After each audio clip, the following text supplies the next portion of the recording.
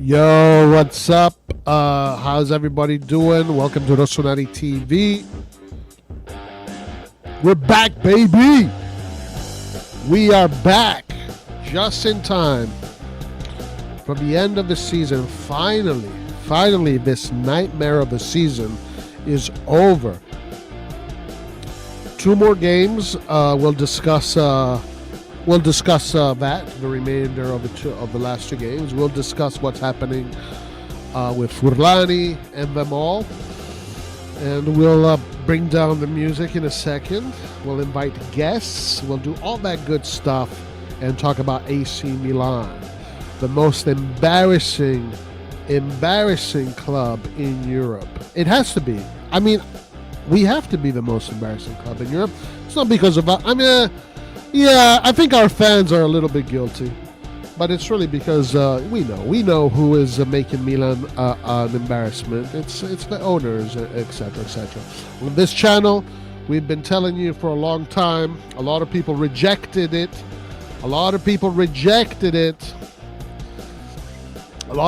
telling us that no, Furlani and Moncada, these guys are geniuses. These guys are they know what they're doing. Yeah, this is a modern football, brah.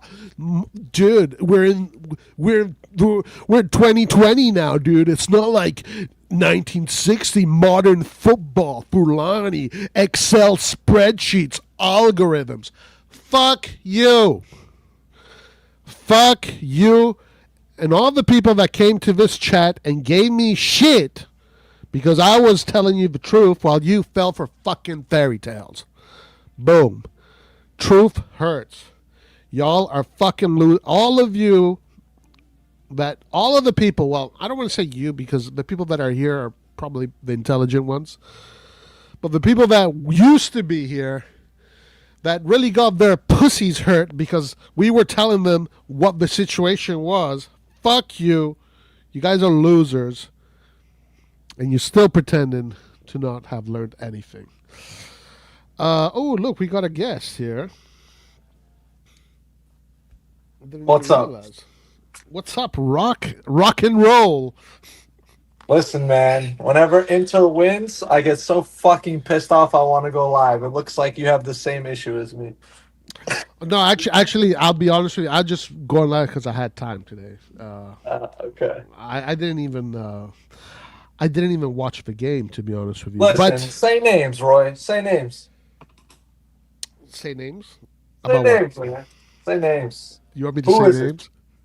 Honestly, dude, I know who you are thinking, but that's not who I'm thinking.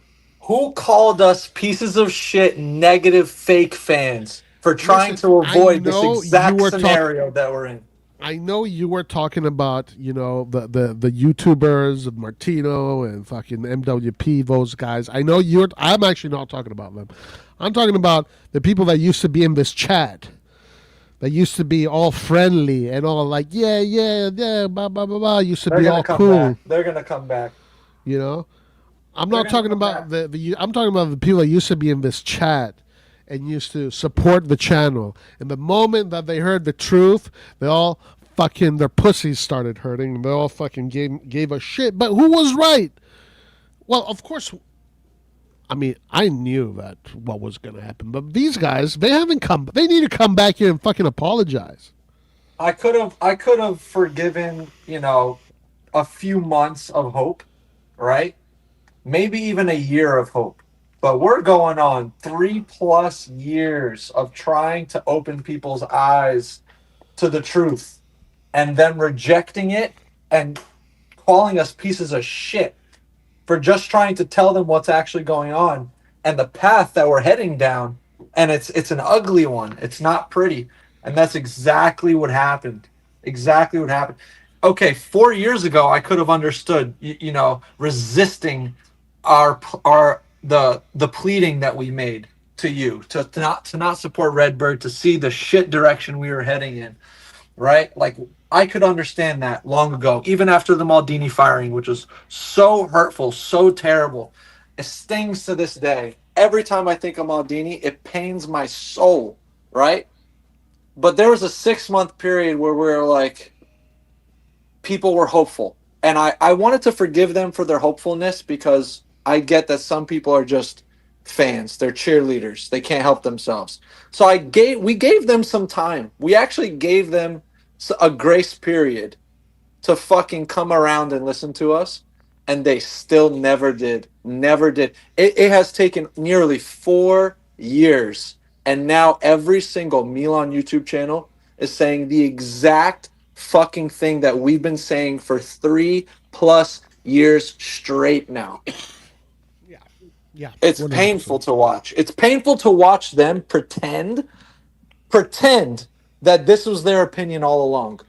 It is so disgusting, nasty as fuck the way these guys are trying to rewrite history and pretend that they were right all along and that they saw this coming and that they were always anti-RedBird. That is such bullshit. I'm gonna put a name out there. Go And ahead. again, I'm not focusing on the YouTubers and whatnot. I said I wanted to focus on the chat guys. Zion Train.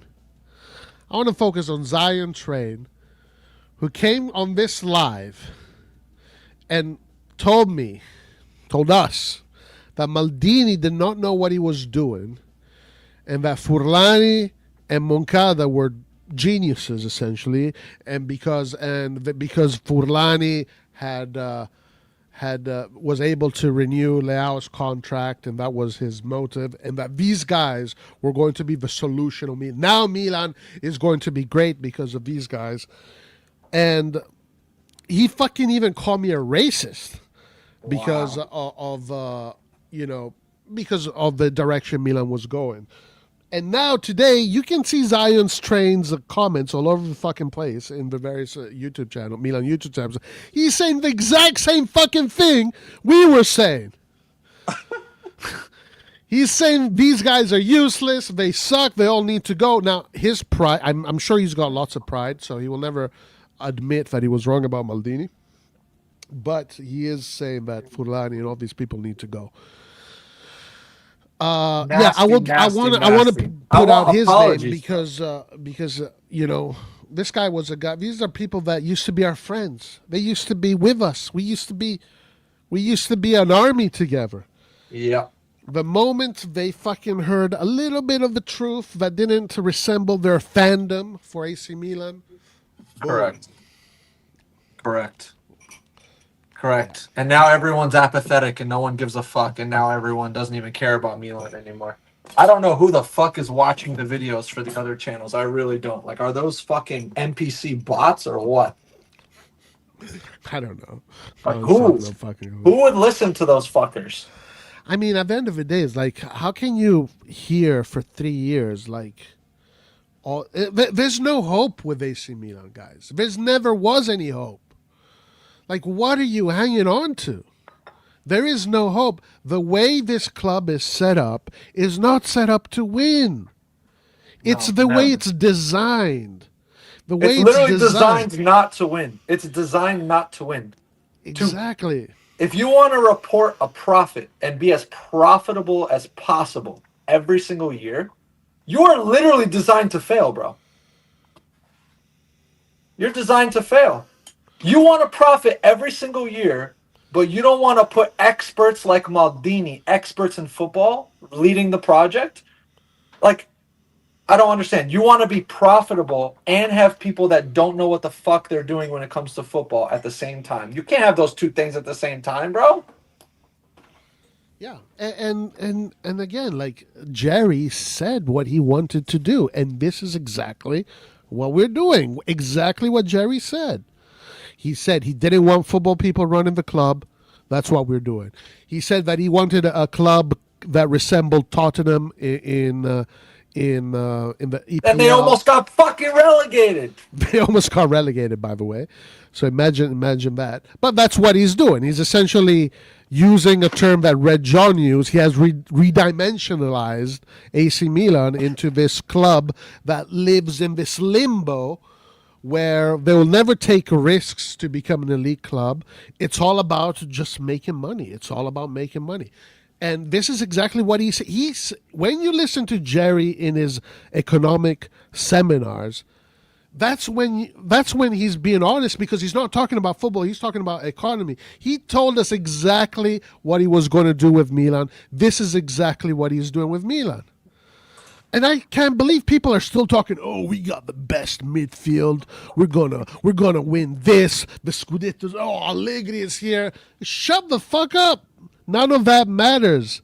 The owners don't give a shit. The owners don't care. The owners only care about profit margins. That's That's their it. sport. That's what they told us. I And don't it's great. understand. And it's crazy because Maldini, with no money, still made more money than them too. Made us more profitable than any of the years that Redbird was in charge without Maldini, bro.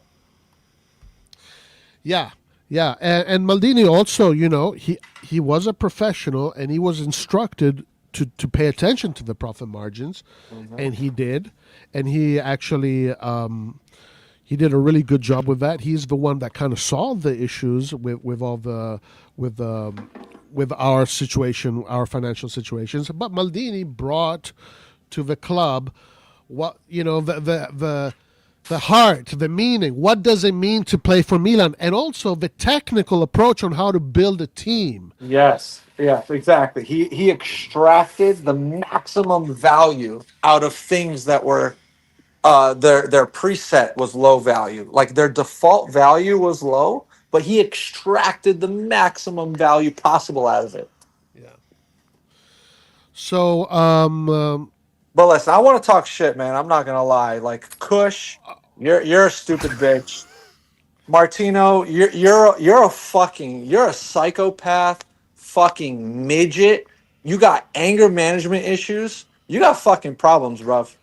And the way that you're trying to just completely disregard history and act like, bro, you created that Maldini petition how many years later after Redbird took over? You fucking glazed and sucked off Redbird that entire time since their takeover. You're a fucking weirdo, bro. You're a midget. You're a virgin. You need to move out of your parents' house and you need to stop acting like you're an expert with connections in Milano. You don't know shit. You don't know your ass from your elbow. You've been wrong on every fucking thing possible when it comes to Milan for years now. Shut the fuck up. Stop acting arrogant. Stop acting cocky. Stop acting well connected. You're a fucking nobody with shit opinions. You were wrong a fuck ton of times for years. You need to apologize, bro. Be more humble. Have some humility. Listen to people who know things better than you, who predicted things better than you, and stop acting like an arrogant little prick. My God. I think that's just what he does because he's 5'1", bro. When you're 5'1" and you have that little man syndrome, it's like you need to feel big, you need to feel strong, you need to feel smart. It's just painful to watch, bro. It's painful to watch. Who else? Sempre Milan. I actually like some well, of hold those on. I do guys. want to say something. Look, I don't have a problem with these guys. I honestly, I want whatever. apologies. No, no, no. I want apologies. I want apologies. Fuck that. I want apologies Okay, okay, because okay. these I'm just guys saying. shat on us. I'm just saying from my standpoint. Nothing is. I've spoken to Martino a lot. We've gone back No, and forth a lot. At this point, I don't have anything else to say to the guy. Uh, but I I don't can. have a problem with these guys. It doesn't matter. It What does doesn't matter Anto what say? I can have 20 beers with them. Listen, I can have 20 beers with them. I can have I. 20. I It can have doesn't. 30 beers with him. It doesn't But it's matter. got to come clean. For me, it doesn't matter anymore what other people say, because it won't change anything. Nothing changes. At the end of the day, what I want, what I really care about, is Milan coming back to being the team that it should be. That's what I want. Well, if our fan base is like this, all this cognitive dissonance and complete disregard for reality, especially their own reality and like their perception of themselves, if they have no ability to reflect, we're fucked. I'm sorry, but I see the impact our fan base has on the mentality and where this club is heading. I need to call these fuckers out. No, that's fine. Look, you do what you got to do. You do Sempre what you got to do. Milan, Bader, dude, this guy Bader crashed out and quit Milan glazing and Redbird's dick sucking, right? Last year. This guy came roaring back as soon as it looked like Milan was going to win something. even though we were in one fucking competition. Total losers. This Scudetto would have been a fucking loser Scudetto, being a club like Milan, not even competing in Europe, playing once a week, first of all. And now we've completely fallen off a cliff.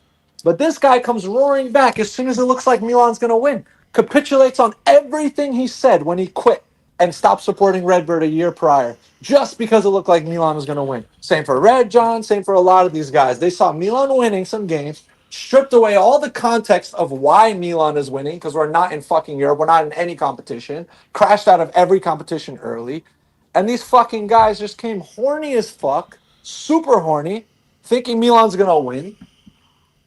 It's embarrassing, bro. Listen, bro, the same thing is going to happen again now in a few months. Oh my God, no! Please, It's Lord. been Groundhog Day for the past 4 years, dude. We start the season. People start the season with their dick hard, thinking, "Oh my God." Do you remember the beginning of the season when people were saying we have the best midfield in Europe? People were saying it's the delusion of the pleb, and that's a problem. The pleb is a problem, dude. It's the pleb. Like the Curva Sud guys, you know why Furlani is laughing? And he says, nice, huh, when he sees GF? Because he knows, Giorgio Furlani knows 100% that as soon as the first signing comes in this summer, whoever fuck it is, some foreign name that nobody can fucking say, 30 million, all those guys of the Curva Sud are back. Oh, we got the best player in the world. Milan is back. And then by August, everybody's going to be back on the bandwagon. And everybody's going to, and then we're going to win in the beginning because the beginning is easy. There's no pressure in the beginning of the season. Hello? How many fucking years does it take you to understand this? In the beginning of the season, if you do your summer properly, there's no pressure. You're Milan. You're going to win games. Now, usually, Milan in Europe crumbles around January, December. Milan without Europe crumbled in March. So next year, I'm assuming we're going to be in Europe at this point, whether it's a Europa League or Champions League or Conference League. So next year, guys, it's going to be the same shit. We're probably going to start strong. Everybody's going to have a dick hard. And then as the season goes by, then they have to manage Europe and say, yeah, we're going to start to crumble. Pieces are going to start falling off. By the time February comes on next year, we're already out of everything. We're already done. Next year it's going to be February. This year it was a little bit later just because we didn't have Europe in the beginning of the season. You know what the biggest crime in society is? Being right too early. Being right too early is the biggest crime you can do in society. I've noticed that. It's like it's painful, man. It's just my favorite thing I like to reminisce on. My favorite thing I like to reminisce on is these guys saying that we're fake fans because we said we need this club to finish outside of top 4 because we need Gary to see that the club is losing value, so he fucks off and sells it and gets the fuck out of our club because his vision for our club is trash. And then, dude, the amount of anger in the fan base that we received and backlash from saying that we want us to lose for that specific reason. And now these guys are all saying the exact same thing, bro. The exact same thing. You could have avoided years of fucking shit if you just listened to us when we said that years ago. Now they're coming around saying the same thing. You're 100% right. Being on top of this right away did not pay off. No, bro. But hey, that's the price of knowledge, you know. Knowledge comes with a price. What's up, Shane? Shane O'Mac. Gentlemen, how the fuck are you? You all right? Good. Good. I haven't watched the game since February, since I knew that. Oh, lucky you, bro. Lucky you. Yeah. So I haven't missed the game since. Well, actually, that's a lie. My son was born in 2017, and I missed that game. But I remember Patrick Cutrone scored the winner against Roma, but that was in the delivery room. So that was the last game you missed before February? Dude, I would say that's was Probably, yeah. It's just, I gave up, man. There's literally no point, right? And here's what the problem is the sheep are kind of herding against Furlani right now. Furlani is no more the issue than the ownership of the club is. Yeah. Listen, the ownership is the issue. Okay, that's Right. the issue. That's the main issue. It is. It's kind of like the same people that were queuing up for Furlani were queuing up to say like Allegri is not a great manager. He's a good manager. He wins Serie A titles. If Allegri can't get us into, a Champions League position, then I mean, it's people are so quick to blame who they want to blame. It's fucking diabolical. I can't believe the state of the club, honestly. It's fucking diabolical, dude. It really was. Yeah, but listen, going back to something that Rock said, you're saying you want the club to finish outside of the Champions League and all of that. The problem is that they have set this club up that it doesn't matter where they end. They always have a way to finish the season with the profit margins up. Now, some seasons they have already decided some seasons are going to be better than others. That's the way it works. Some years are better than the what you cultivate sometimes is better than others. But they have figured out that's what they wanted to figure out a system that you don't need to win to make money, and you don't need to be stuck and build teams based on players. Not to offend you, but honestly, that sounds very much like American football and American sports. I don't care. We have diehard American fans, right? I'm sorry, but when it comes to like winning, right, in Europe, right, what you want is you want to win. It's all the time, and you want to win all the time. American fans will support the worst team in the entire league, who have finished rock bottom year after year after year, and they'll still fill every single seat in the stadium and pay hundreds of dollars. Dude, this is Cardinales market. You understand, though. But hold on, guys. Let's be clear about something. AC Milan fans want to win the whole time, right? If you ask Atalanta fans are pretty happy with how their club is being run right now. Finishing sixth. They used to finish back. They used to be a relegation team. So they want to turn Milan into an Atalanta, but with fans that have been spoiled, that always want to win, right? So it's a matter of perspective here. Milan is a giant, and the owners are treating this giant as a small club. Dude, I've counted, right, over the last 2 weeks. So I live in Malaga in Spain, right? And it's a fucking rarity when you see a person wearing a fucking Milan jersey, right? I've seen 5. Do you know how many Real Madrid fucking jerseys I've seen? Probably a lot. Yeah. Because you know why? Because they win. Yeah, of course. This is it, dude. It's like we've been sold this fucking thing. It is like, listen, let's be like financially prudent. And there's nothing wrong with that, by the way, right? Like you said, Atlanta have been financially prudent, right? They've done quite well. But here's the argument with Moneyball or whatever bullshit that shit is, right? You're not going to win anything, right? Arsenal have been moneyballing since moneyballing was moneyballing, right? They might win the EPL, right? Are they going to do it next year? Are they going to get to the Champions League? No one cares, really, right? We're literally in such a bad state that we're quarreling, right? We're quarreling over the wrong things. We're quarreling over Furlani, right? Furlani's not the issue at the club. He's not doing well for the club, by the way, right? But the issue at the club is the directives that comes down from the people on top, right? The people on top have basically said, let's run this fucking club at a shoestring budget, right? Let's squeeze what we can out of the fucking team, right? Let's sell who we deem to be sellable, right? And then we're kind of quarreling here over like, is Allegri a good manager? I mean, for fuck's sake, man, the club is a fucking mess. Like, Roy, you remember the time, right? We had fucking Hullet, we had Van Basten flying in, right? We destroyed Barcelona 4-0 in the fucking Champions League final when we were getting laughed at. And now we're at this state. Now Yeah, we have fans who suck off Jashari and suck off Atakeme and suck off De Winter and suck off randoms. Fucking randoms. Yeah, and listen, it's all no. You're right. It's 100% the ownership.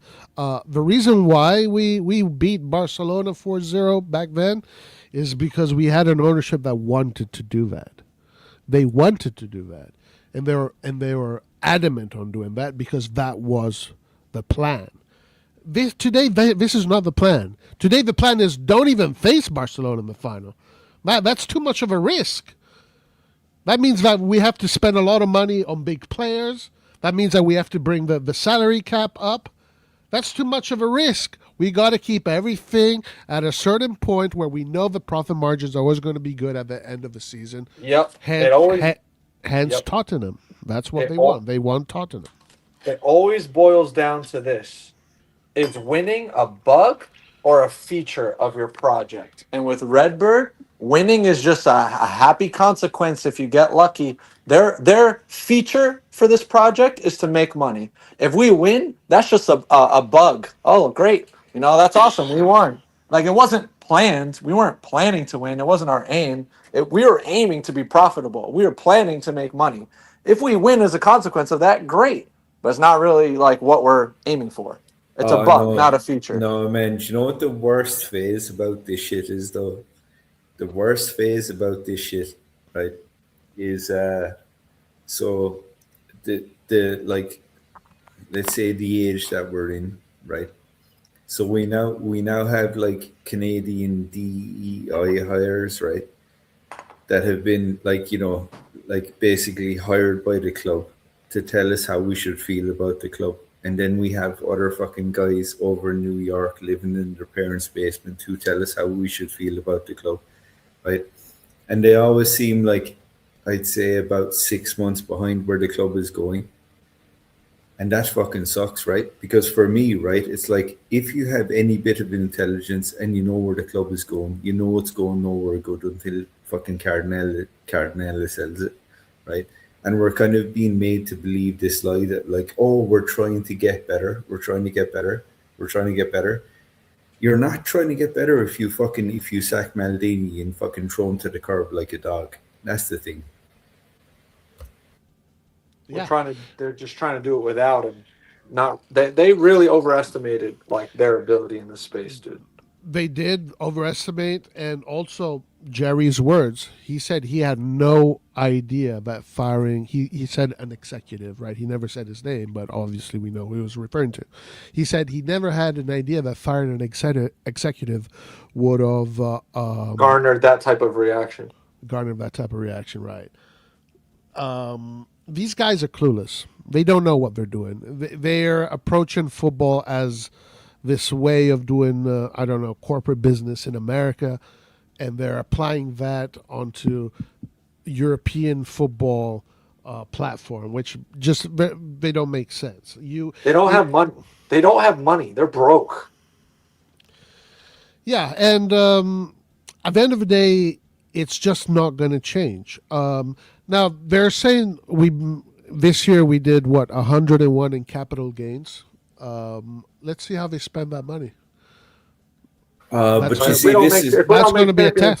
This is the fucking thing, though, as well, right? Because they're talking about selling Leao, they're talking about selling fucking Pulisic, right? But here's the thing, right? If it was competent ownership, I go, do you know what? Sell Leao, right? Get whatever fucking, I don't know, like flog him off to Saudi Arabia, sell him to where you can, right? Get 50 or 60 million for him. But you think it's going to be invested in a good player? It's going to be invested in some fucking French guy with one leg from and fucking Goku. League Two. Right. This is it. Like, there's no fucking plan, though. Fulkrug. Fuck rug. Yeah, that's the one. Right now, it's hard for players that want to win. You know, the ambitious players around the world that want to win, the upper echelon players. It's hard to convince him to come to Milan because they know that if you come to Milan, the situation is tough. It's The not fans, just a Milan problem, though, right? You see, here's the thing: it's a Serie A problem. well, I don't know about that. I mean, I think Inter does have the ability to bring in players. Obviously, they can't compete with Real Madrid and these guys. Yes, Serie A does have limitations. I mean, But they held on to Lautaro but despite Inter Barca wanting him. is paying their players big bucks, and that's what it is, right? And if you're playing the players big bucks, the players are going to come, and you can be competitive. Inter's got into the Champions League twice. Maybe next year they can do it too. Again, who knows? I think in Italy you can do it. You can be ambitious. You're just going to have limitations. You can't do it the way they do it in England. You can't do it the way Barcelona does it. But you can at least try and push. Inter is the prime example of that. Their salary cap is way higher than ours, and that's why they can afford and keep a strong team together. And they're not trying to sell players every year. The way they are trying to make money is through sporting achievements. Mm-hmm. So it is possible, but you're right. Italy has its limitations.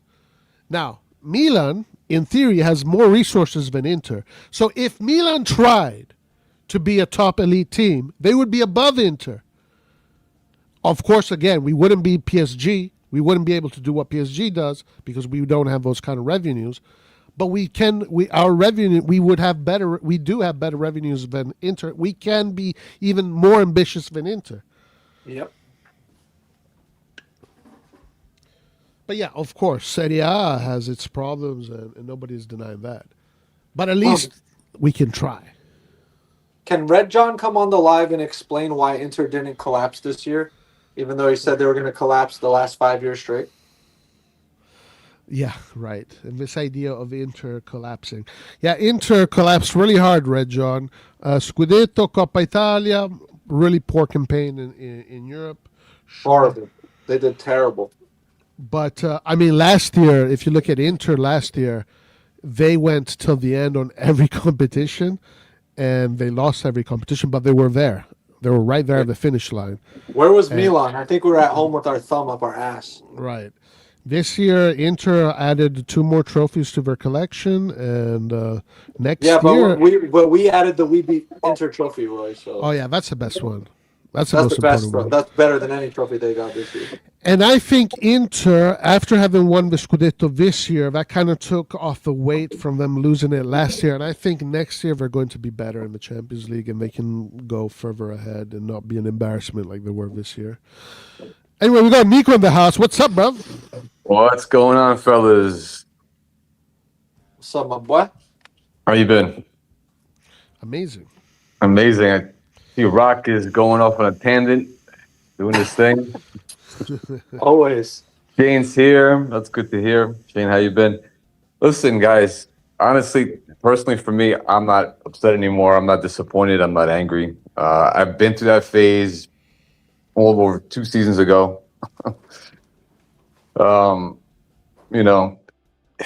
situation now with the club, we also talked about it before. We've been seeing it for years, right? This is not something groundbreaking news. We didn't need an inside source at Milanilo to tell us what was going on with the club. We saw it with our own eyes a long time ago.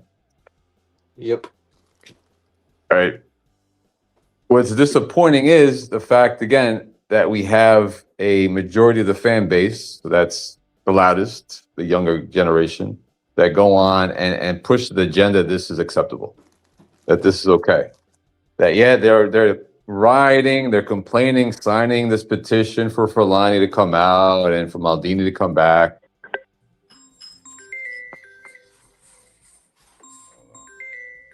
Yeah. No, precisely. And what? Yeah, I was gonna say. Sorry about lost my throat. And again, like you guys said before, they're gonna make a couple signings. First, they have to make Europa, or if they get lucky enough to make Champions League, they're gonna splash 80 mil on some players, restart the project again.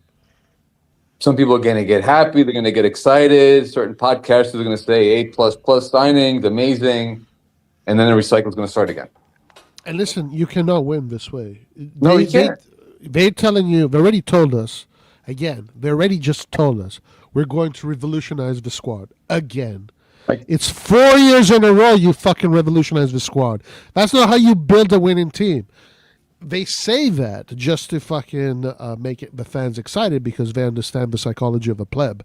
But in reality, it's their player exchange, their player trading model that keeps them afloat. That's what they're doing. This 100 million that they are getting right now is because of that method of doing the market. Essentially, they're telling you that they're going to keep on doing their Moneyball bullshit and they're going to revolutionize a team. But you can't build a team like this. If you want to build a winning team, you have to build a core. Then you have to keep that core. And then you have to give that core a sense of pride, the colors, and all of this other stuff, all these intangibles that only football people understand. well, These guys it's not, are it's gonna not do football people, Roy. In any business, if you keep restarting your team again and again, you don't have a core of certain people. All right, how are you going to build anything long term? That's common sense. Anything you do in life. That's Nico. That's the point, though. You see, the thing is, it's not being built for longevity, right? It's just being built to right. Okay, let's get the whatever the stadium project is. I don't know. Finished? Is it going to be finished or not? Right? I doubt it. Never. That's the forget that one. That's the thing. It's just to placate people, man. Rock. Hey, Rock. Fuck you, bro. Fuck you, man. Whoa! I knew Clint was gonna come back. Oh. It's time. There we go. Yo, what's good, y'all? Man, it's been a minute. I disappear, bro. Yeah, tell us how you feel, What Clint. an I want to entrance. fucking rant. Yo, can you relate Yeah. this to football economics, please? Dude, I stopped watching football. I'm disgusted, bro. I'm disgusted with the state of football. Dude, State of it's football or hard. state of Milan? Football in general too, bro. Like, I mean, these games I'm watching, they're not fun to watch, bro. Like, I don't know. Maybe Milan left a bad taste in my mouth that like I just said fuck everything. It's just I'm hate watching pretty much, bro. I'm watching Champions League. I'm hate watching everything because it's like Milan is so man. I don't even want to get on Yo, these people, Clint, bro. let's be real. I think overall sports nowadays is hate watching for us, a generation. Let's be real. No, I mean I still like NFL though. I Yeah, can say that for NFL, but NFL. all the other team sports is kind of it's all changed. It's all the same stuff, right? Yeah, it is, but like it's just like oh, bro. Like I think now though, to be honest, with this Milan stuff, what hurts the most, it's just like we were on a path like to just get out of like all this mess, and then watching what we're doing, like it's just it doesn't make any sense. Like you're selling players. And I think what really was like the nail in the coffin for me, I think I saw a report when they're like, oh, they're looking at selling Pavlovich. And I'm like, all right, we might as well just say fuck everything if they're going to sell. Not saying Pavlovich the best player, but the fact that you're going to sell him, it's like, dude, what are they saying in these rooms, bro? They sold Tonali, they sold Teo, they sold like Pavlovich. Bro, Forlani and Gary will sell their Fuck own me. mothers Wait, into sex one slavery. second. Has Pavlovich become a serviceable player since I stopped watching in February? What the fuck has happened in the universe? Yeah, He's our best defender. But he fights for the Are you bag, serious? bro. Yeah, bro. He's our best defender. He's literally our best player. Are you like, I fucking swear. serious? Yes. Why? The only one who Universe that fights I until the woke up in. bitter end. All right. Oh, that dude, he fights, bro. But it's just like it shows you though now that like they don't know what they're doing. Like I think we can all like if there was any doubts. No. I know Maldini. They know what they're showed doing. that, man. They know what they're doing. I mean, in terms of like buying the players, like when I look from Emerson Royale, Santi Jimenez, like dude, who's picking these guys? Like who's sitting there and be like, you trigger this buy? Well, it And could then they only be who could it be? There's only those names can only fit on one hand. Furlani, Tare, Moncada. That's it. Ibra too. Ibra. Ibra too. Ibra said Robach is the next big thing. Fuck Or Ibra. He doesn't know four. shit. That's 4 people. That's it. It's 4 Ibra, people. Ibra said his son is better than Camarda. Fuck him. So it's like I don't know, bro. Like just burn this whole team down. I'm okay for a restart. Like I'm okay. Like I said, now Milan But has a made it. restart with who, though? Listen to me. Milan has made Milan should be proud because they made my blacklist on the likes of like the generals of the world and all that. I'm being serious. Like relegation is like I want us to get relegated, bro. Like straight up. Where we got no value and then we start from But scratch. The way it happened to Clint, Napoli back in like in the early 2000s, the same thing needs to happen to us. I'm sorry, Clint, bro. do you understand? If we get relegated and they figure out a way to make money, they're happy. They're not. They're Yeah, not. they are. I mean, I know it's impossible. Like if you get you're going to lose money. But at the end of the day, that's what they care about. That's why for them selling Pavlovich, selling these guys, it doesn't matter. Jerry said it. He does not want to have a relationship with the players. The players are just assets, like cryptos in a wallet. You don't get attached to a crypto. When the crypto is high, you sell. When it's low, you're pissed The off. ambition And is top four, no? Bro, and That's the the way ambition. That's and that's the ambition, man. and the way we're playing is so insanity, bro. Like it's just oh man, I don't know where to start with Milan. It's so much to be said, like from the defenders, from like I mean, it's bro, this is just it. I couldn't even watch the Atlanta game. yeah, I'm glad I didn't watch it. I'm not even wasting my time, like blocking time off for Sundays to watch these games, bro. It's just disgusting, dude, bro. the market was terrible this year. Last summer it was maybe our worst market, I Fa- would say. Fahedinho's comment though, yeah, like the problem starts with RedBird's business model. Yes, you can make Yeah, money, but the business plan must focus sporting achievements first. Unless you're dealing American sports, according to Fahedinho. Huvo, right? Yeah, But okay, let's look American at sports. let's look okay. Rock wanted me to talk about soccer economics. Let's look at that Tottenham model, right? Right, Look where has it gotten them now. right. Yeah, Look where has it that's gotten what them. Jerry wants. He's gonna get it. But look what's that gotten them now. Like now they're struggling for relegation because in the long run, the problem with football is this though. Like I just feel like the best model going forward it's kind of like the way Madrid does it and some of these other teams. Like we need that because as far as from a business perspective, it's just not going to work. It's not going to work the fact that we have relegation. These are not franchises. So you fuck around, you're not going to get a draft pick next year or whoever is going to make your team better or the market. Like even if it works in for 2-3 years, in the long run, it doesn't. I mean, it just doesn't, bro. And we're getting to the point now. It's just like people also not running out of money.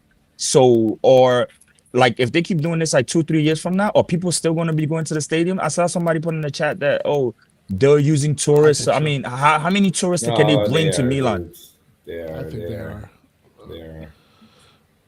I mean, I it's just, think it's going to become a situation where it's just like, look, you go to Milan, right? RedBird pump the local tourist board full of subsidies, and then go, come to the stadium, watch the game, right? yeah. Well, again, what did Jerry say? The stadium has to like going to the theater, and they're going to Yeah, train the citizens of Milano to treat Milan that way, yeah. and we see it. We're seeing it happening right now. We're seeing it happen. I think that is what should happen. If you really want to make a dent into this situation, the stadium should be empty. But I don't see that ever happening. It's not going to happen, right? You know what I I mean? don't see it happening. No, it's not going to Football happen. too, bro. They're like wishy-washy. When it's convenient, now they want to make our statements. There's a bunch of goofballs too over there, bro.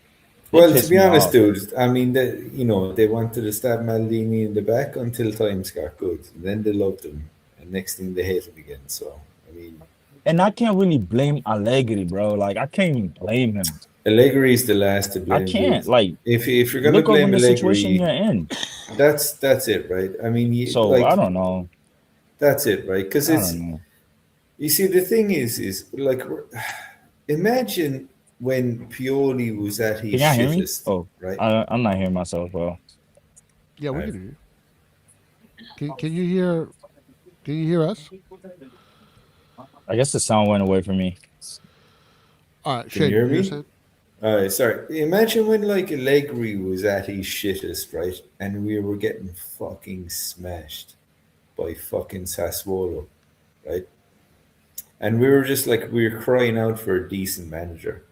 And next thing we finally got like what is on like a track record a decent manager. He's won Serie A, he's got the fucking Champions League finals, he's done all this, right? And somehow, right, the fan base is saying he's the problem. Do you know, Yeah, because the fan base will do that now, right? But in the beginning, the fan base dude. was happy with him. Well, like to be honest, I'm still fucking happy with him. Like, cause the problem isn't fucking Allegri, dude. The problem isn't Oh, fucking I can't stand him, dude. I can't stand him. dude. It's not Allegri no more than it's not Forlani. And I fucking hate Forlani. The problem is it's like when your model is broken, you change it. RedBird aren't going to change it though. But That's is the the fucking mono issue. broken, Shane? Is their mono broken? I don't To think be it honest, is. It's To not. be honest, yes. There- I mean, like, there's It's only broken for us because they're no, not doing what we want them to do. no, man, no, no. Because I sat with this for a while, right? And I think because I tried to figure out is like, look, is my Milan bias, right? Is it going to cloud my judgment on this, right? But then I sat with it and I kind of said, well, hold on, look at what the Inter fans are celebrating this year, right? And there's only so many years, right, that you can kind of go on with the farce that we're being financially prudent before the rot kind of starts sinking in, right? I like honestly, dude, it's that situation. I think we can only go so far. Yeah, for me right now, from what I'm seeing, is their plan, their economic plan is working. And, like right now, we saw these reports of Jerry Cardinale being angry at the management. The- I the- don't think the- I think that's all bullshit. I think Jerry doesn't even know right, what's going on. He's not even right, following the. right. But listen, what Jerry Cardinale, but the article that came out today, that with all the players that they sold, now they have made a 100 million capital gain. Jerry Cardinale is celebrating like if we were celebrating a triplete. Yeah, but you see, And I think that for them, that's what matters. What we say does not matter. no, It no, doesn't no, no. matter. You're right. You're 100% correct, right? Because the sporting success of the club is not paramount, right? Never has been. Yeah. It's all about kind of selling the illusion, right? But here's the thing: it's even if this, let's say, right, if they sell layout, right, and if someone's stupid enough to pay 50 or 60 million for layout, right, after the season, so let's say they have 150 million in the transfer window, right? I'd say probably at best 70 or 80 million of that is getting put back into the club. That's the problem, man. And it's going on ship players. It's not going on. It's not going on like established players or their wages. It's not going on the likes. I mean, Modric. God knows why the fuck he came to the club, but God bless him. But you know what I mean. It's not going to anywhere good, man. It's going to these like fucking unknown fucking players, dude. That's the issue. Of course. And by the way, thank God Modric is about to retire and that he didn't have many options. And actually, for where Modric is right now in his career, on the last steps, Milan is actually a pretty good spot for him. Not much pressure. People are just happy to have him here. He has to play. His real objective is the World Cup. We got so lucky that Modric, was a Milan fan and he wanted to finish his career at Milan. He wanted to see. Because, guys, if you take Modric out of this team, oh my God, forget seventh. Maybe we would have had a Tottenham-like season. If you take Modric out of this team, we are not finishing in Europe, not even close to Europe. But you've heard the news, though, right? No, you've heard that basically, like Modric just laid down the line and kind of said, "Listen, I want to play for another year, But unless he can, give me players that can qualify for the Champions League, then I'm gonna move on. Yeah, and that's probably where we're going to try and sell him. We'll see. We'll see. Yeah. I do want to get Kim in here. He's been waiting for a while. What's up, Kim?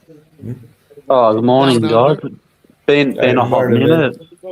Been a hot minute, Shane. Yeah, Guys? bud. How are you doing? You alright?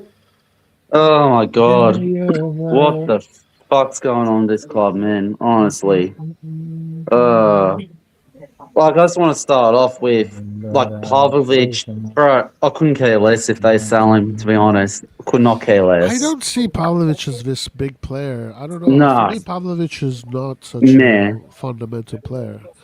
Right? The other thing I'm A lot of disappointed people is rate him. A lot of people rate him, but I don't No. really see it.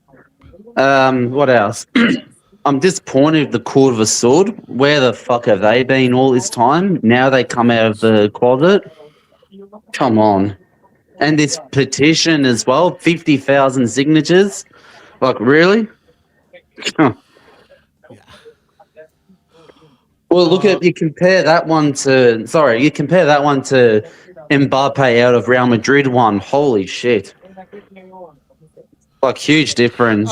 Yeah, I did find out that the Real Madrid one was a petition that you could sign multiple times. So, but whatever. Yeah, totally, dude. The thing is that you and I both know that as soon as June comes along, the rumors and this guy's going to come in, that guy's going to come in, it's going to be reset. Everybody is back on board, back on the bandwagon. I don't even take the Curva Sud seriously anymore. No, it's just... Oh, Fahadino, Kim is Jashari's agent. See, what did I tell you all about Jashari? 40 million player? My ass, man. What the fuck has he done? Kim, you called Jashari out for being a world class player. Yes, you did. No. Yes, you did.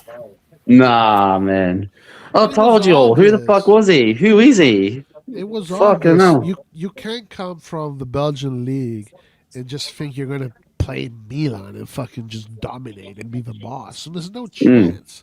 Like Yeah. you need years. You need to eat a lot of pasta asciutta before you get to that level. It was like, And I was being called negative about that signing, this and that. No reason why.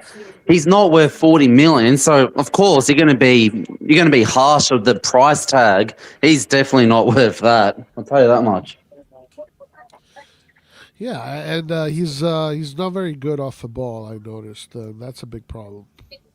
Off the ball, he gets beaten quite easily. What's So has he? a lo- What's he done since February? So that's the last time we'll watch the game. Has he scored any goals? Nothing, because Nothing. because Modric, because Allegri, who is the worst man, in my opinion, the worst football tactician of all time, not tactician, Nice. worst football stylist of all time, maybe, whatever. Nice. He uses Modric as much as he can. If Modric is healthy, he's going to use him for 90 minutes. So Jashari ain't playing. No. And Allegri should use Modric for 90 minutes because the moment you take Modric out, that team goes down 2 levels. It's almost like having a world class player that we don't deserve takes the team down 2 levels. Yeah. You know? What do you guys think about signing Anguissa on a free? I'm a big fan. Yeah, I doubt they're gonna do that. I'm a big fan of Anguissa. Mm. If I were to build a team, I would definitely consider Anguissa if he would be available. I like him a lot. I think he's a very good player. I'd play Ricci more as well. I mean, I think you have to play He's- Ricci. He's Italian, Kim. We can't have Italians. Yeah. Up. Yeah, it's forbidden. Yeah, you have to build the Italian core. But next year, if Yeah. Modric is not there, like it ain't gonna be Jashari playing that position. Ricci is gonna be playing that position. Mm. Like Jashari will not be.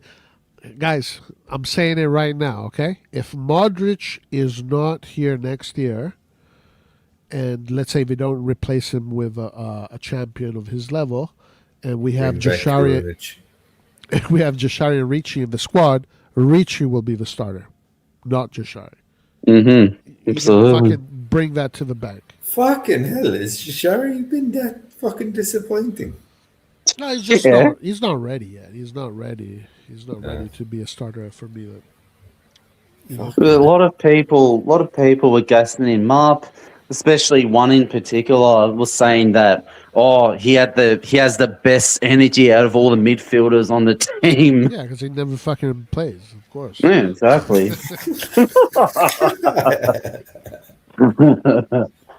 Oh man, I don't know. And with Jerry as well, like he can get the fuck out. I hope the stadium project doesn't happen. I hope he doesn't even get to that point because can you imagine this? Right, he gets the stadium built, and then for the rest of our lives, we're going to hear people say like, "Oh, well, Jerry was the one that built this stadium." It's always going to be in the history books. That's the other reason why I don't want it to happen. And listen. The other thing that really angers me is that again, Jerry says exactly what he wants to do, and he tends to do it.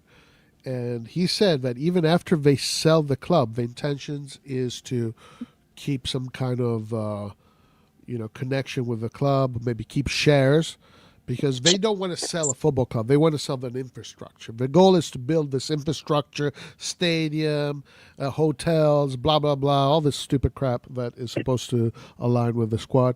And they want to be connected to it for as long as they can. So they have a long-term goal, and I really hope it doesn't come to fruition. I hope someone comes in and just buys the club. That's the dream, Yeah. I guess. Can you imagine this, right? If RedBird never entered the picture, I wonder where Milan would be if Investcorp were the ones that took over. That's what I wonder. I still think about it to this day. If Investcorp brought Milan, well, I wonder where we would be now. I think it'd be way better, for sure. Yeah. It really depends. Like, if they worked with Maldini, I think it would be great. I think even right now, there's rumors, and Longoni has been talking about it. These other people in Italy have been talking about it. They're not saying that this is what they're hearing, but they're saying that now Furlani has been in this position for 4 years. Coming this summer, he might be promoted to another position, not necessarily in Milan, but in the company, RedBird. Because there's always, a level up, Right now and remember, Furlani is a money guy. He's not a sport guy. So I don't know if this is going to happen. So there are people saying that Furlani might be out and he might be given a different position in the company or in the team. It's essentially a promotion. And then there's some other people that were suggesting that maybe Cardinale is thinking of asking Maldini to come back. I don't know if that is possible. I don't know if Maldini would do it. I don't know if it's true. They're just assuming. They're coming to the logical conclusion that if you really want to fix the situation from a sporting side, you need to bring Maldini back, and that will mend also this divide that you have with the fan base. But you see, the thing is, I think Ibrahimovic, his days are kind of numbered, right? Because wasn't he implicated in that fucking hooker scandal with the... Oh, yeah. He was at one of the parties, yeah. Yeah, like he's not going to last, surely, after that shit, right? The thing is, if Maldini came back under Jerry, how would you guys feel about that? Like with Jerry still in the picture, but with Maldini there, would you give Jerry a chance? As long as Maldini is given a CEO that will work with him and that will listen to him and that they will, work together, yes, 100%. But of course, if it's Maldini and then the CEO is Furlani, who is trying to take Maldini's spot and is conspiring behind Maldini's back, of course it's going to be a disaster and the club will be utter shit.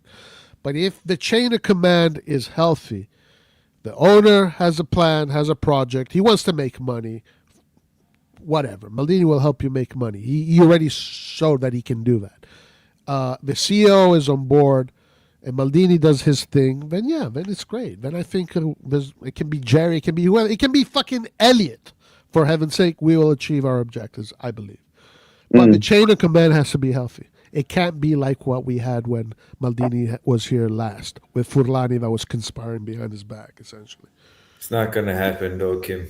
Because you see, the thing is, fucking, you know what I mean? Maldini's a man of standards, right? He didn't come back for the young Hong Lee when they asked him to come back, or when they asked him to,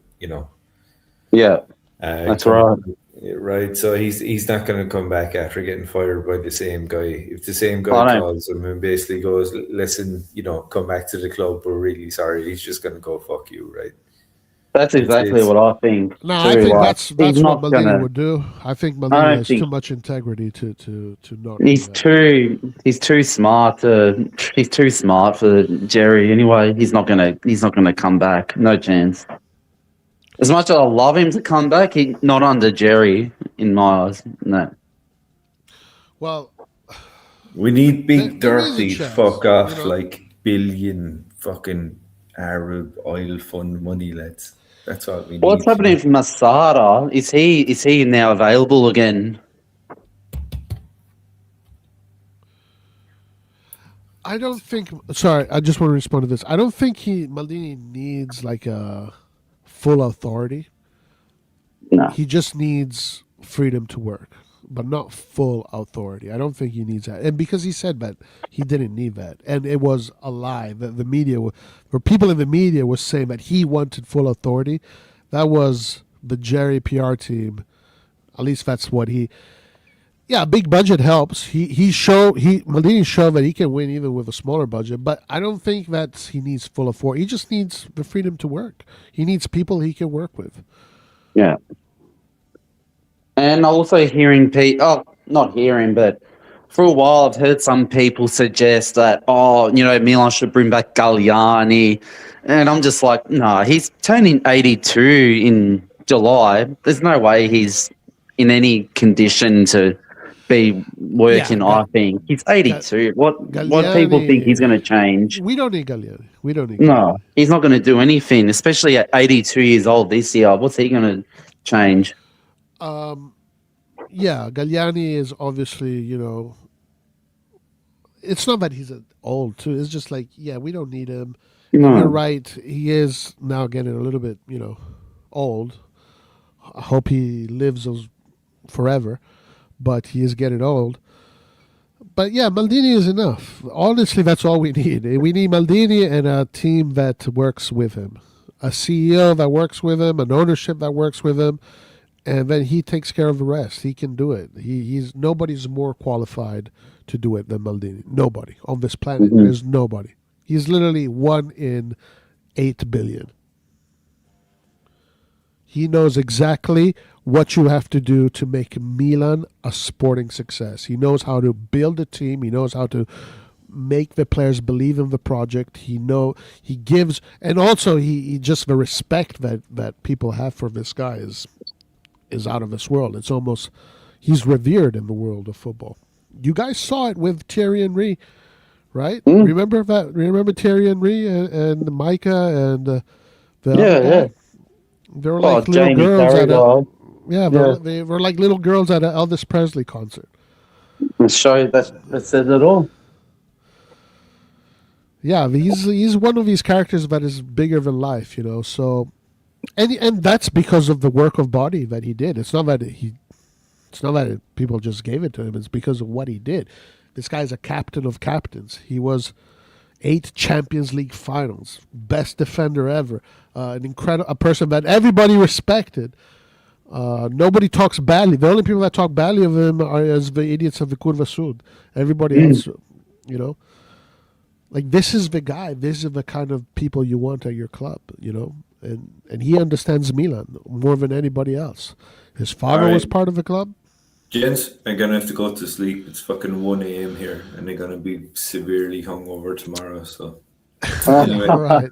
Well, God bless. Have a good evening. Brian, Kim, lovely hearing from you. Lovely talking to you, bud. All right. Right. As always, we'll talk soon. Have a good one. All right. You too, Ciao. Good night. Now, there might be other people like okay, who's next? Maldini's number one. Then you have a number two. You have a number three, number four, number five. Right now, Furlani and these guys are like number 500,000. Right? They're so low down the rankings. But Maldini would be the best one. There's no doubt. Yeah. Would he be back? I don't know. I'm hopeful. No, I don't see it happening anytime. Not under Jerry, especially. Yeah. Well, and on Red, John, Floki, Martino, Fabio, and all these guys hate Maldini. They will get super triggered when people spoke his name. Oh, I did hear Martino's take on like the players should just work hard. You don't need a Maldini there, right? Is that what he was saying? You don't need a lead like you were saying. Like players should just know that they're in a company. They just need to work hard. And Really? I mean, that wasn't that one of the clips that I Yeah. heard? I thought that was, Yeah. but Some that's not shit how it like that. works because the No. players probably are working hard. Winning or losing doesn't mean that you're working hard. You think the players in Genoa don't work hard? They lose almost every fucking week. It's not about working hard. It's about creating the environment, and building a team that with players that can win.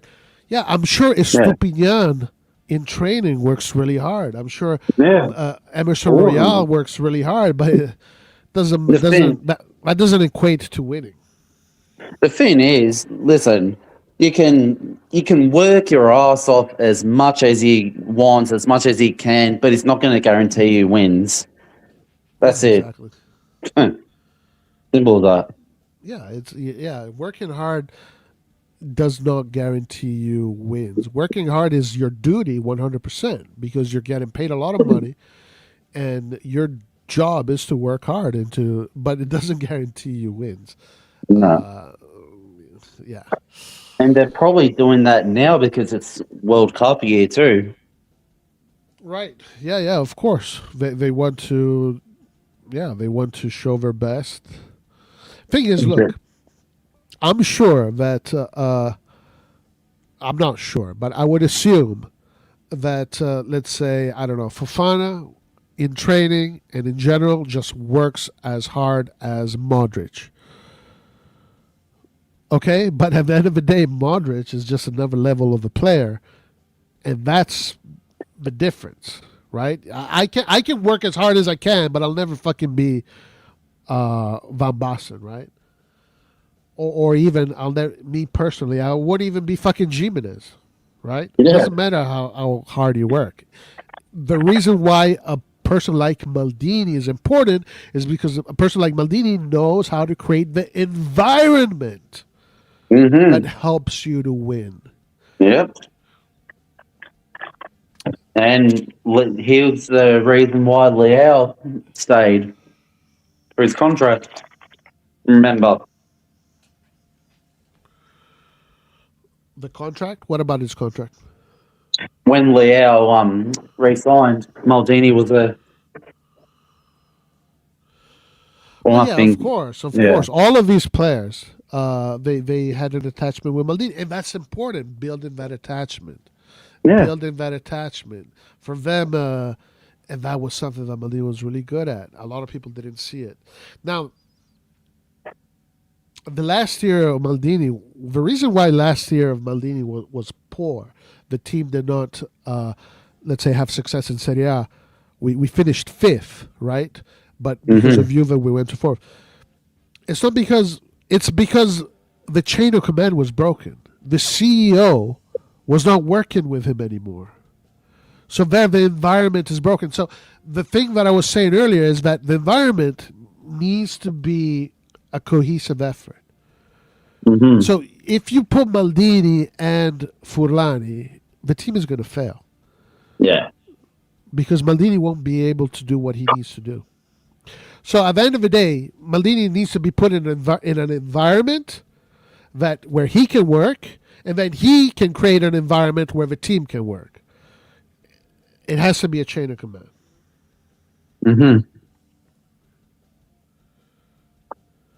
We'll see the comments. Exactly. Paratici on the list. Yeah, and need to deliver. It's easy to say they need to deliver. Yeah. Of course they need to deliver. But yeah, you need to create a healthy environment for them. First of all, you need to bring in players that can help you get big wins, right? You need to bring in players of a certain level. If you bring me Atekame, De Winter, and Fulkrug and whatnot, you do your market, you build your midfield. Modric, Ricci, Jashari, all three players playing the same position. So you're basically wasting one player, Jashari. He didn't play the whole season. We could have had another player for another position, and we would have had a better roster. Salamanca's didn't have a substitute. We only had 3 starting defenders. The other ones are complete noobs. Estupiñán was a terrible signing. Bartesaghi wasn't even supposed to be there. Jimenez was supposed to be there. Mm-hmm. Jimenez had a friction with the club. And now, by the way, Jimenez has bigger issues that he's dealing with.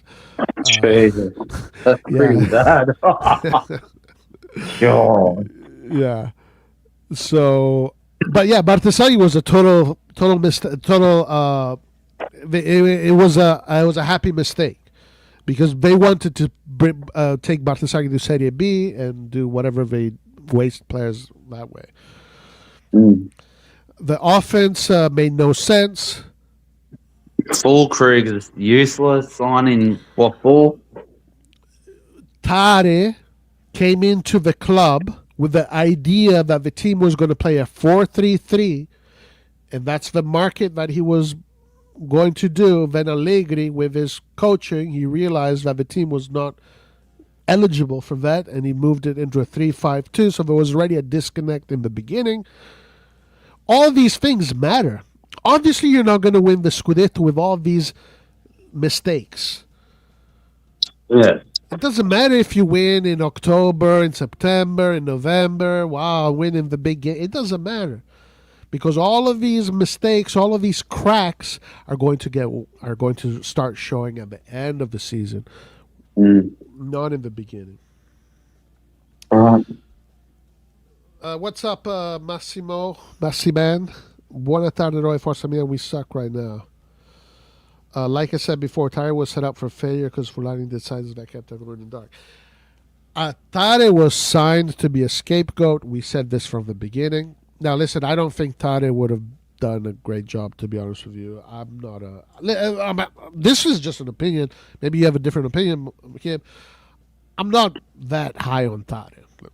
No. Yes, man. Yeah, he was known to be a yes man, and there's a huge difference between. I think him and Maldini would work well, but Tade as the main guy, I don't know. I don't think so. Anyway, the main guy is Furlani. The guys that are doing the market for Milan is Furlani and his buddy Bursado or something like that, who is an agent, and now they want to bring in D'Amico. D'Amico I think is good. I like D'Amico. I think D'Amico is better than Tade.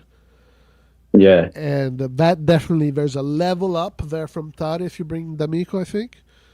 Mm-hmm. But at the end of the day, we got to see what they do. I saw on the comments that Paratici was on the list too.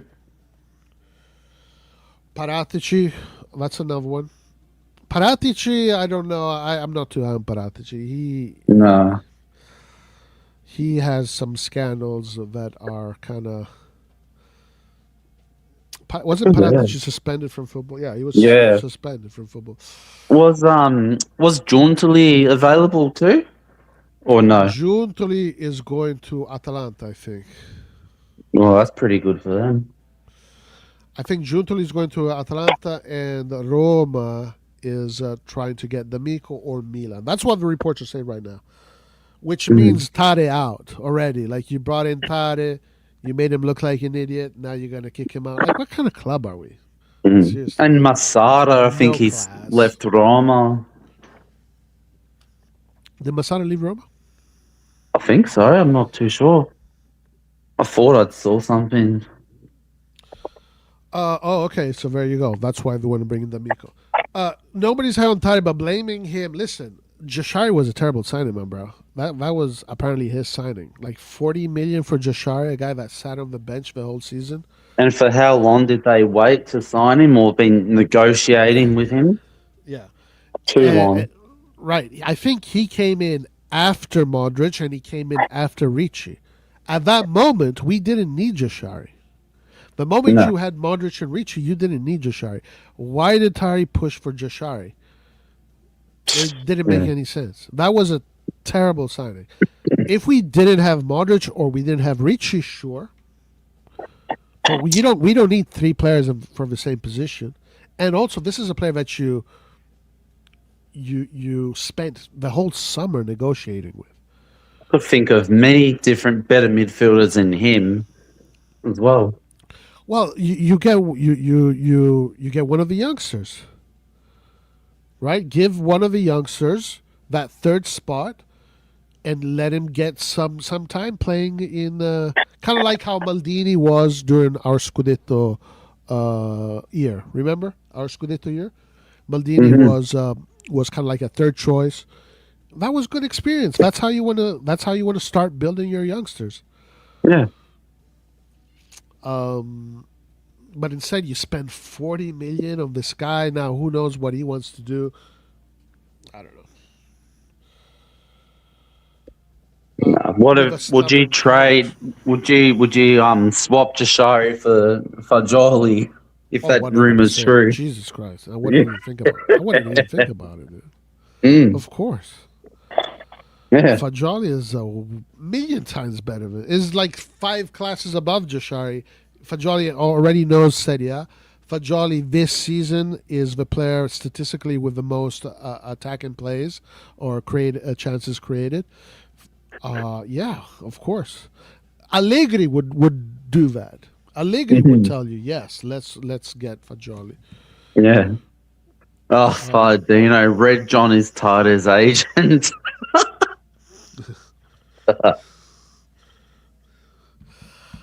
Red John is Star's agent. Yeah. Where is Red John? And then what else did Tade do? I don't know. I mean, aside Jashari, what else was Tade allowed to do? It's hard to tell. Like in the winter, by the way, I told Red John, listen, the winter, Furlan is going to take over and he's going to fuck up the market. Not because it's my opinion, it's because he's been doing that ever since he took over. And that's exactly what he did. What did he do? He took Tade out of the way, and he just started doing things on his own, like someone was saying here, and he brought in Fulkrug. Fucking. And he's going to go probably to the championship too. Who, Fulkrug? Yeah, with West Ham. Oh, West Ham got relegated? I think they're close to. Wow. Not sure if they are already. Let's see. Yeah, listen, the way this club works, Furlani's in charge, and the DS... now, listen, there is this rumor that's going ahead, and they're saying that they're going to put Ibra in charge this time around, and Furlani's going to take a step back. I don't know. I don't think any of this shit is true right now. I think a lot of it is PR. Yeah. But maybe D'Amico will be better. If Modric isn't playing for Milan next season, we can go to Serie B. This management brought us to become one of the worst Milans. Listen, I said it earlier. If you would have taken out Modric from this squad this year, we would have probably finished between 10th and 17th. Fans say Ibra is bringing Maldini back.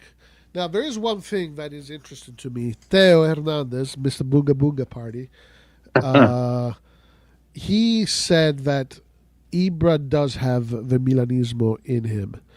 And if Theo says it, I think it's true because Theo has been quite honest about the situation there. I think it would be wise for Ibra to bring Maldini back. Maybe Ibra is the key to bring Maldini back. Oh, I'd hope so. That's what we'd hope. Yeah. I'm looking at the EPL table. So West Ham are on 36 points. They're in the relegation zone. And Tottenham are above them by 2 points. They got 2 games left. It's crazy. And Nottingham Forest are 16th on 43 points. And then 15th and 14th are 44 points. So, yeah. Wow, what a crazy season, the EPL.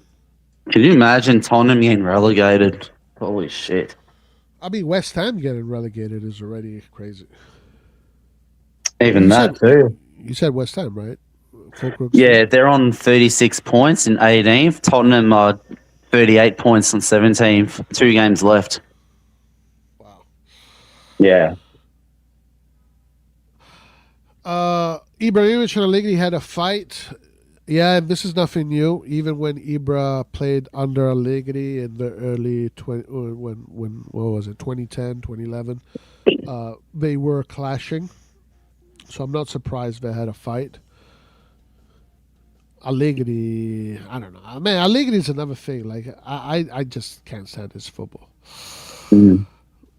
Let's see what we got here. Imagine Ibra, Maldini, and Boban back.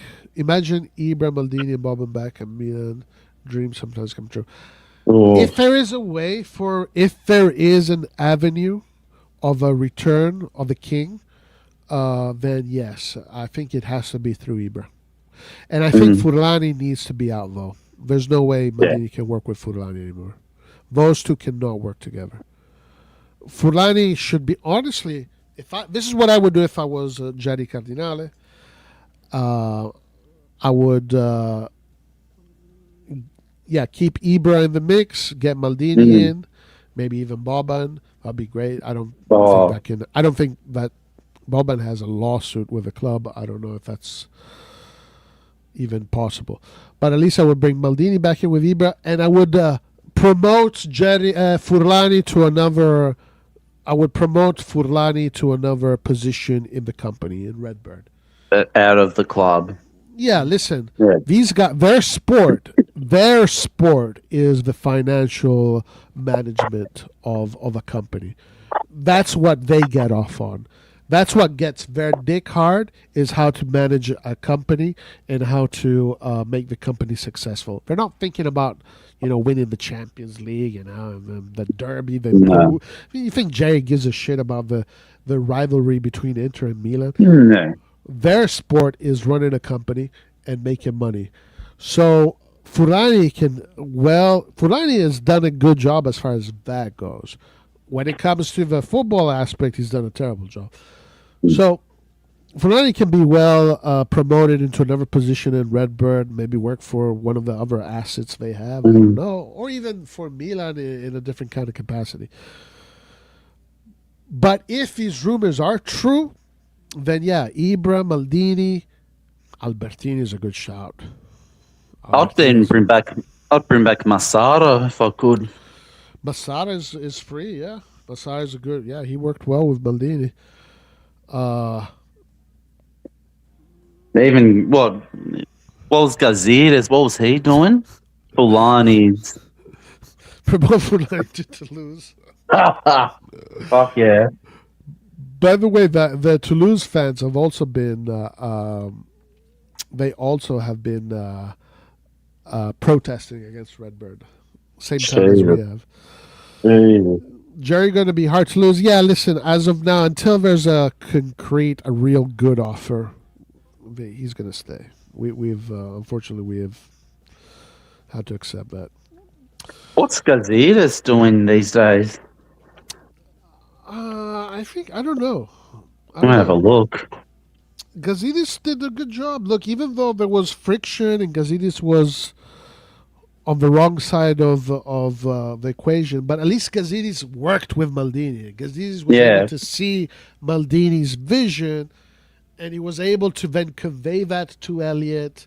And there was a bridge. The bridge wasn't broken. Yes, there were obstacles in that bridge. Yeah. but the bridge wasn't broken. But once Furlani took Gazidis' position, that bridge was completely collapsed. And yeah. Okay. Gazidis is currently the president of Kilmer Sports Ventures and the president of Saint Etienne, the League One team. Okay, there you go. Mm. Yeah, listen, Gazidis is a football man. He is. There's no doubt about it. You know, he's Yeah. worked all his career with Arsenal, the MLS, Milan, and now he's still working in football. Like he is a guy that understands. I actually saw him some clips of him on Instagram playing football. He scored a pretty nice goal too. I don't know if you guys saw that. No. He was wearing. He was a team Milan, AC Milan team, or maybe what you said. Lens, isn't Lens the same colors as Milan? Maybe it was Lens. No, that's Saint Etienne. Oh, Saint Denis. But yeah. So yeah, he's a football guy, and that's why that bridge could have worked. Yeah. So let's talk about Italiano. What do you guys think of the Italiano links? I don't know. It's not the coach. It's the higher ups. Yeah, listen, you have to consider this. When we talk about potential coaches and potential players, we have to just put in mind that no matter what, these coaches aren't going to be set up to achieve big objectives. No. These coaches are going to be set up to achieve maximum top 4, and that's it. And then Europe, right? Remember, Tottenham. Milan is Tottenham. Milan is not Barcelona, is not Real Madrid. Milan is Tottenham. That's what they want, and that's what these coaches are going to be assigned to do. So, Italiano, in this environment, I don't know. No, I don't think so. I don't know. I don't know who. I don't know who else.